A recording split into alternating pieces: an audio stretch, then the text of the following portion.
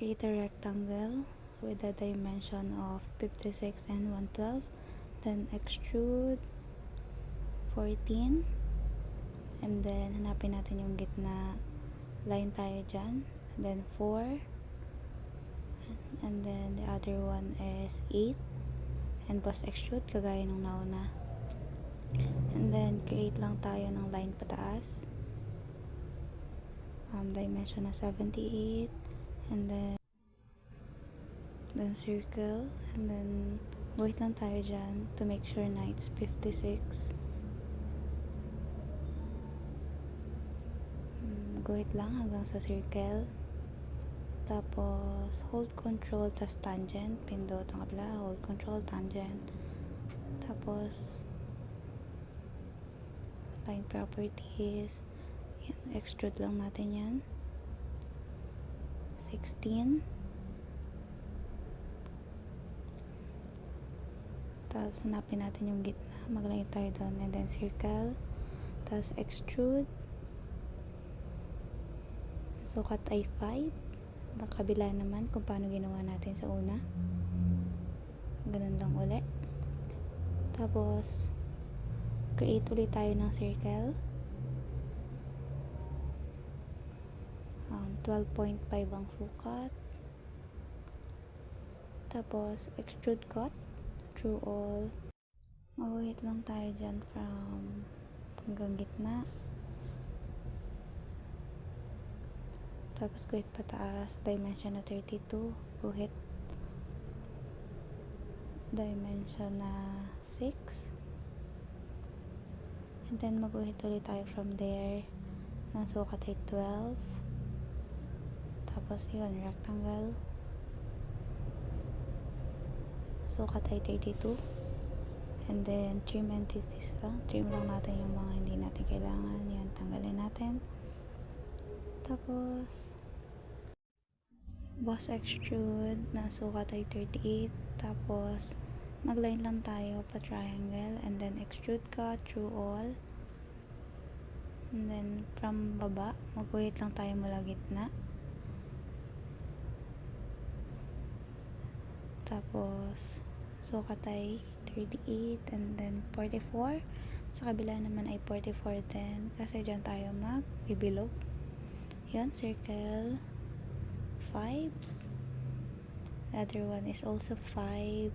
Tapos extrude cut through all, and then maguhit ulit tayo mula sa taas pababa. Tapos yan, so yan ay mahirap na paraan, pinatagal na paraan, pero pwede naman tayo mag rectangle ng direct. So yan, ang sukat niyan ay 68. Tapos 22 mula gilid hanggang doon sa line, and then sa kabila.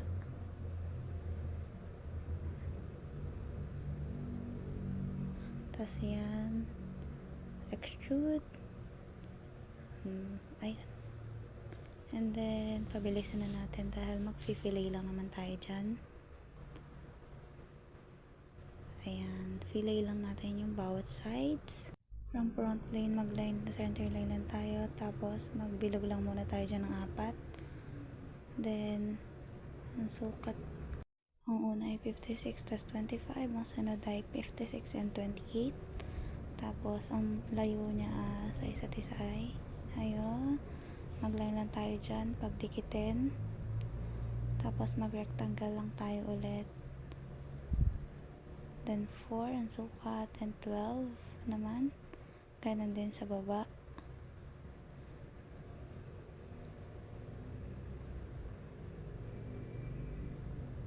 Then rectangle lang ulit.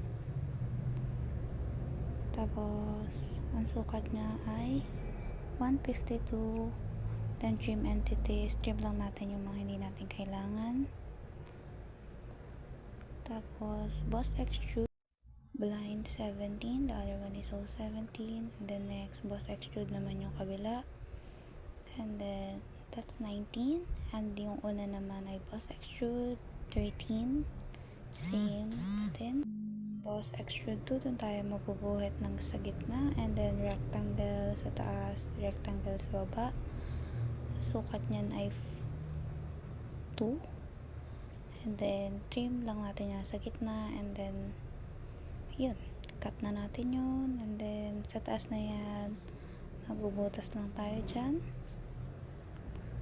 Sukat niya ay 14, tapos 12. The other one is 12.12. Then extrude cut through all. Kasi yun, butas na. And then hole position. Yun, nabutas na din natin yung pinakagilid niya. And then ayan, mag-fillet lang tayo. Sukat na 3. Yan, fillet. Butas ng fillet. Next. And then mag-center line lang tayo. Tapos mag-rectangle. Ang sukat ay 31. Tapos ang kabila ay 9. Ang taas niya naman ay 15. Is mag-line ulit tayo pataas. Then pagilid. Pataas uli. And then pagilid uli. Ang sukat ng una ay 8. Sukat ng sunod ay 10. Tapos mag-line ulit pataas. Then pababa. Parang magkagawa lang tayo dyan ng V. Yan.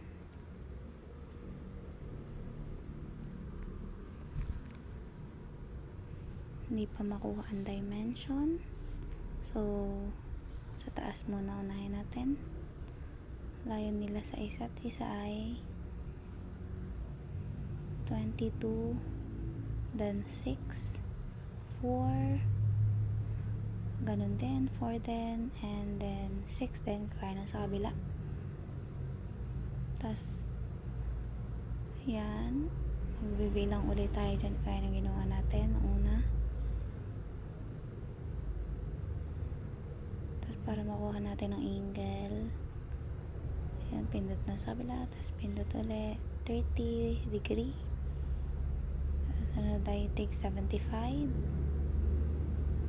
Tas yun, trim entities, then revolve, and then check lang natin yan. Tapos mag-fillet na ulit tayo. Sukat ng fillet ay 6. Tapos sa kabila naman fillet natin, sukat ay 3. Then tapos na. Next na tayo. Sa sketch lang tayo sa dyan, then circle ulit, tas dimension 44, then yung isang bilog ay 25, then extrude, post extrude 16 ang sukat. Tas sketch lang ulit tayo sa top plane. Kunin natin yung gitna, then magbilog. Ang sukat ay 8. Then post extrude, then check lang natin yan. Then line 30, check.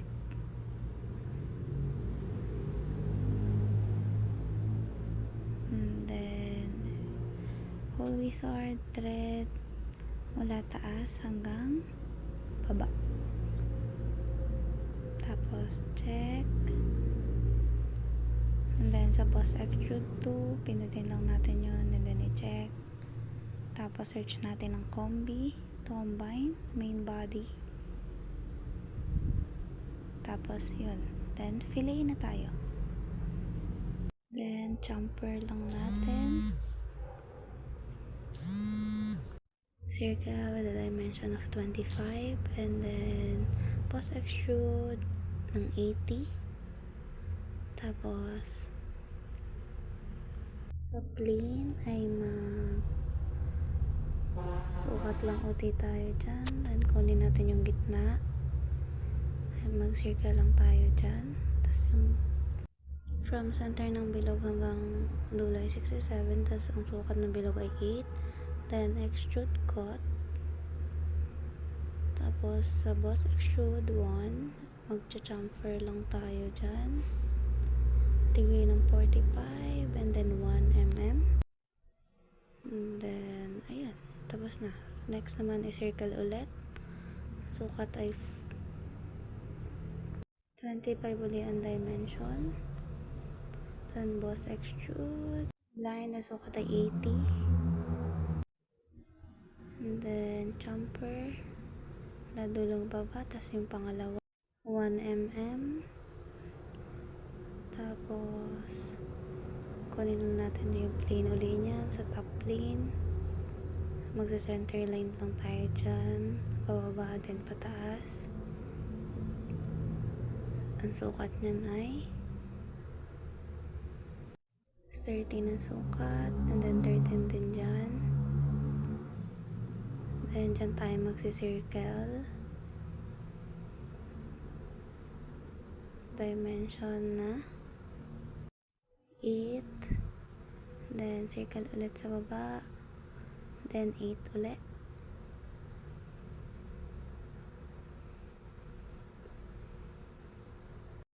Extrude cut, blind. Then up to the surface pala.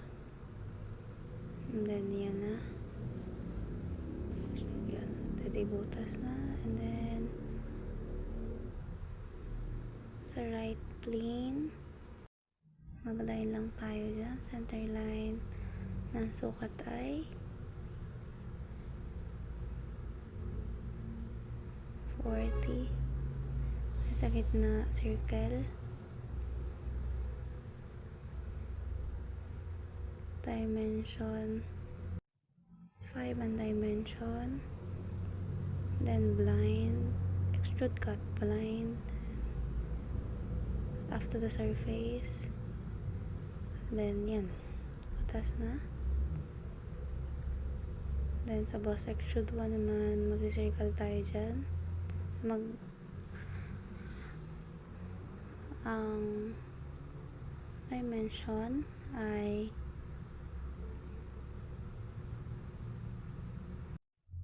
5 ang sukat. And then blind.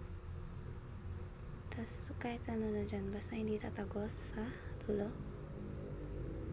Then yun. Tapos na. Next naman, circle ulit. Then circle ulit na mas malaki. Sukat ng unang circle ay 25. Ang sunod na circle ay 30. Tapos extrude, boss extrude 31, and then blind check.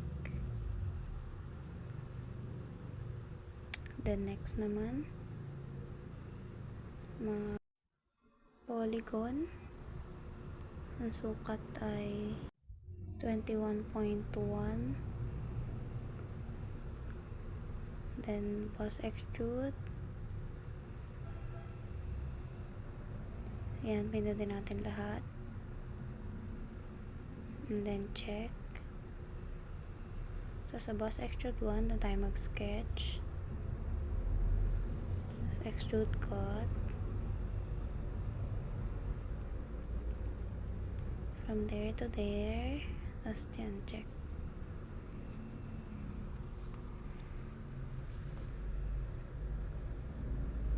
Tapos sa boss extrude 1 pa din, doon din tayo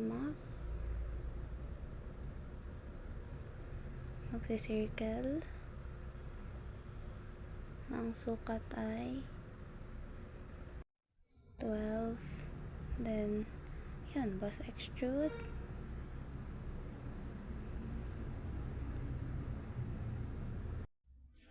And then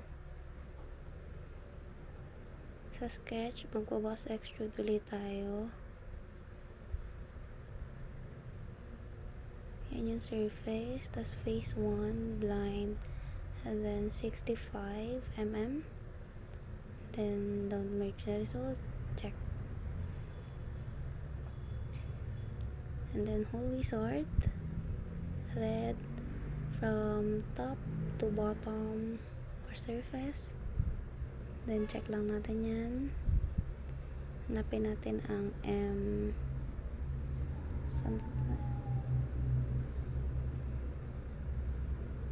yan, parang nag-aalinlangan pa ako dyan kung tama ba yung sukat ko, but yeah,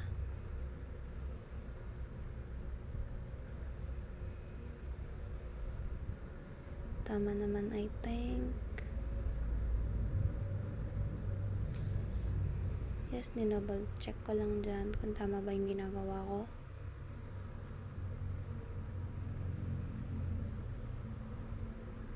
Double check.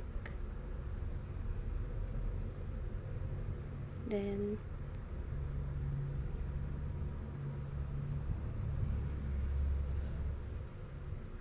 yun, check na natin. And then next part na tayo. Then polygon ulit. Ang sukat ay 21 ang sukat. And then boss extrude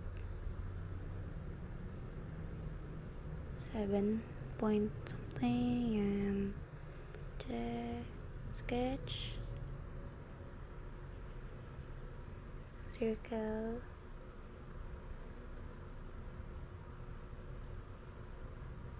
then extrude cut,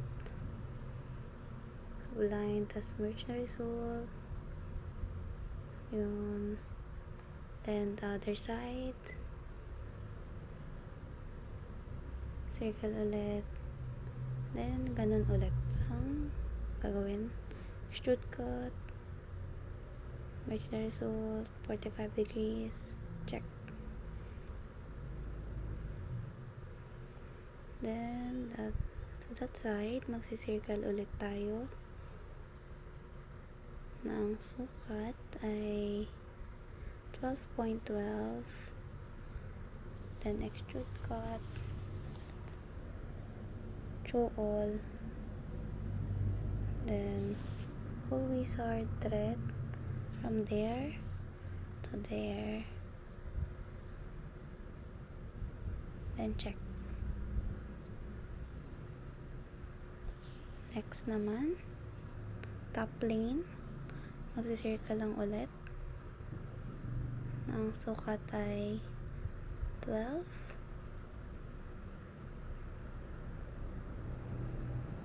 And magka-curves, spiral,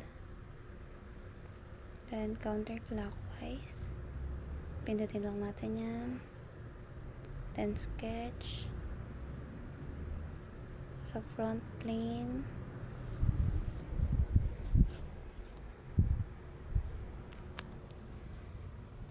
Mag-rectangle lang tayo dyan. Tapos add relation. Delete lang natin yan kasi may nagawa na ako noong una. Then click key sa dot. Tapos click ulit natin doon yung nagdugtong na. Ang sukat ng rectangle ay 9. Tapos sa kabila ay 2.5. Then boss base, sweep. Then click sa rectangle, tapos sa circle. Then yun na. Check. And then tapos na. Next naman, circle ulit. Ang sukat ay 8 ang sukat. And boss extrude.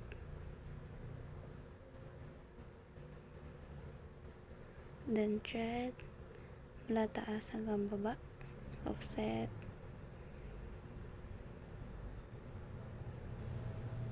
Yan, metric die. Tingnan lang natin yung ginagawa ko para masundan. Then click sa dalawang huli. Then check.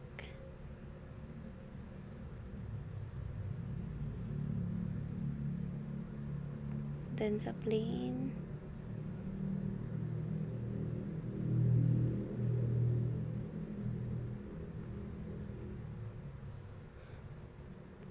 Mag-sketch tayo dyan. Circle. Ang sukat ay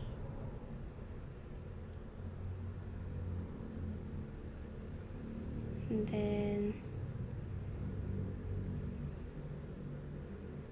loft. Tapos yan na. Sa boss extrude 1 yun. And then tapos na. Next naman is parang yung una lang natin ginawa. Kung paano natin ginawa yun, gano'n din gawin natin dyan. Kasi mas maikli, mas maliit lang to. And circle, tapos boss extrude, check, and then thread, mula taas hanggang baba, offset,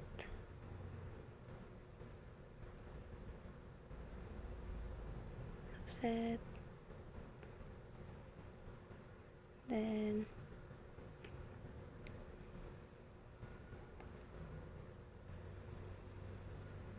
check, then sa plane.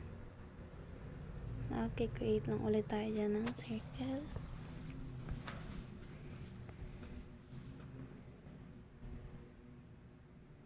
Tapos yan, 6 mm. So, create ng circle.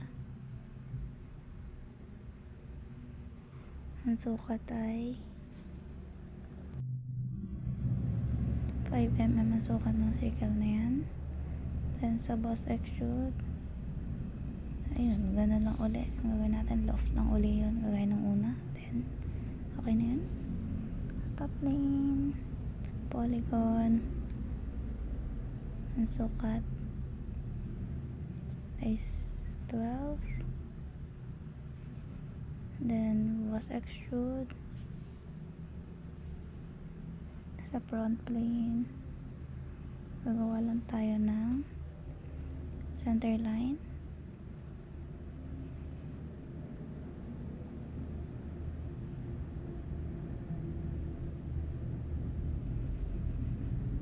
Mag-line na ulit tayo dyan, tas arc, then line ulit, dimension na 1.5,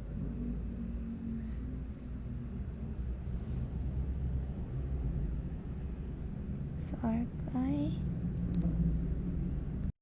2.3 ang radius, tapos ang taas ay 10. Then i-equal natin yan para magalaw natin ang pantay. Yun.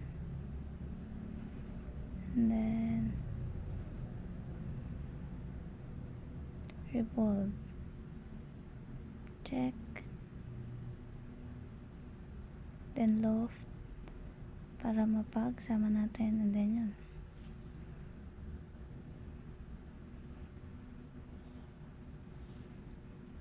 Tapos sa revolve ay mag-circle tayo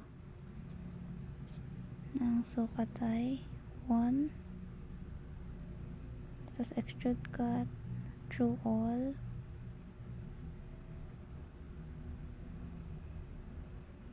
then mag-sketch lang ulit tayo ng circle.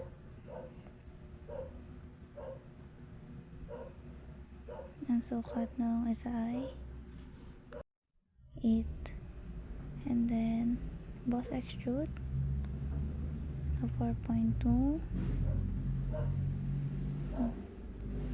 then thread top hanggang baba,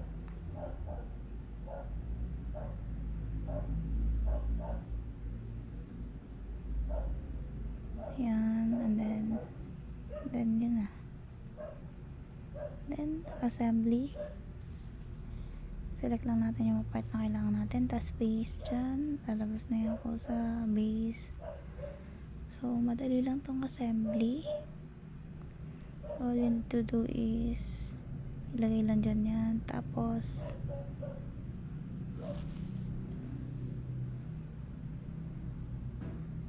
tanggalin yan, tanggalin natin kasi hindi pa natin naman kailangan, mali yung nalagay. Then yan,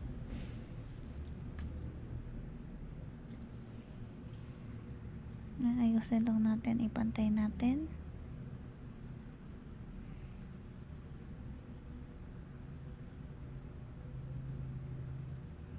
Move with giant. Then meet. Select natin yan. Select natin yung pagmimita natin. Then saka natin ayusin. Siguraduhin lang natin na magkapantay yung dalawang butas.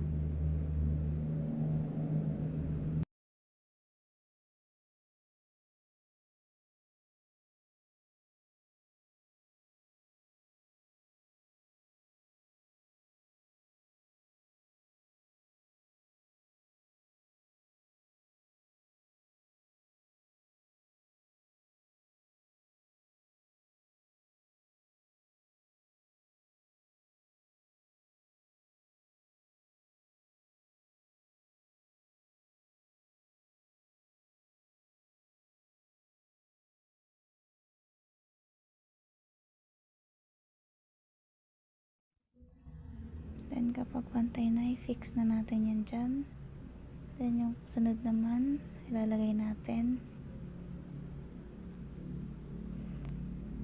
Yun, meet lang natin kung saan natin lalagay. Check. Then ayusin lang natin. Kaya yung ginawa natin nung una. Make sure natin na magkadikit siya pero hindi siya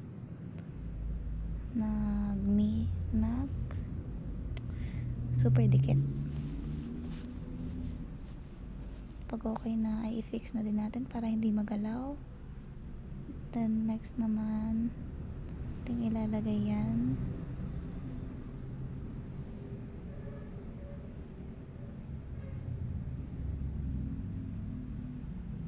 Mayusin lang natin. Make sure natin na matatapat sa butas, then meet.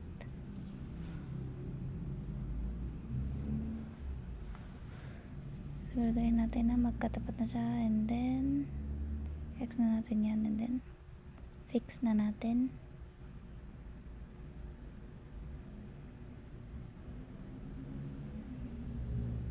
Meet ulit natin. So madali lang siya kasi meet lang. Siguraduhin natin na sakto siya. Then yan, fix na natin yan dyan para hindi magalaw. Next naman yan na yan, yung isa na yan, ayusin lang natin. Then meet, pili natin loob tas yung kabilang object. Then saka natin ayusin. Then pag naayos na natin ay fix lang natin ulit.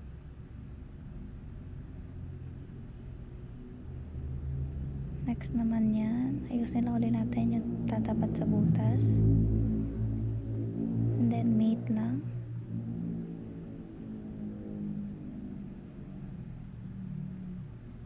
Check. Make sure natin na sakto siya ng butas.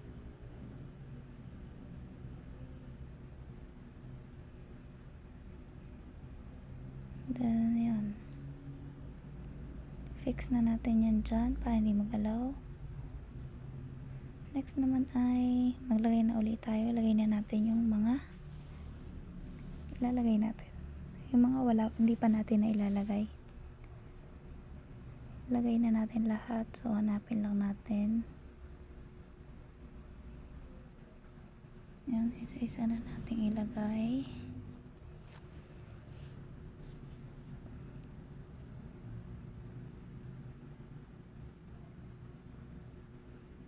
Then parang kulang pa. Hanapin natin yung isa na kulang.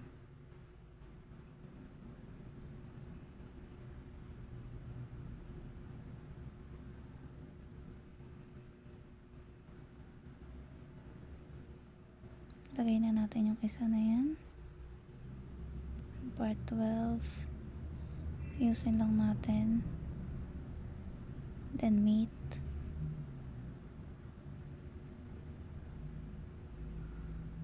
Napasobra ang paso. Ayan. Then yung isa naman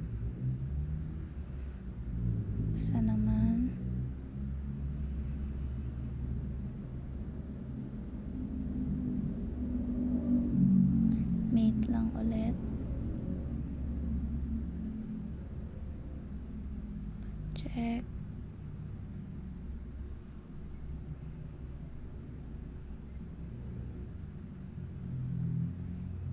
Nga pala yung base kanina, kung mapapansin nyo is wala siyang butas.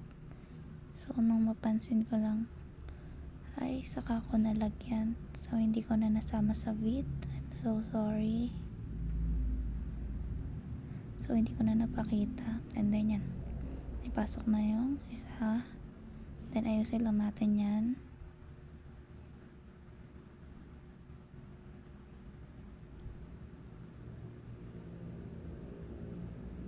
Then fix na natin para hindi magalaw. Then move na natin yung isa na yan. Then pindutin natin yung ilalim para ma-meet na natin siya. Yun. Then pasok lang natin dyan, meet. Then ayusin lang natin.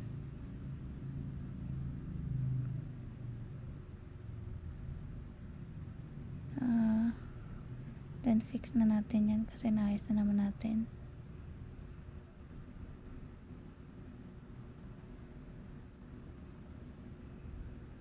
Last one. Ayusin lang natin ang position. Then mate lang uli natin. Pindutin natin yan and yung sa loob. And then yan, ayusin lang natin yan.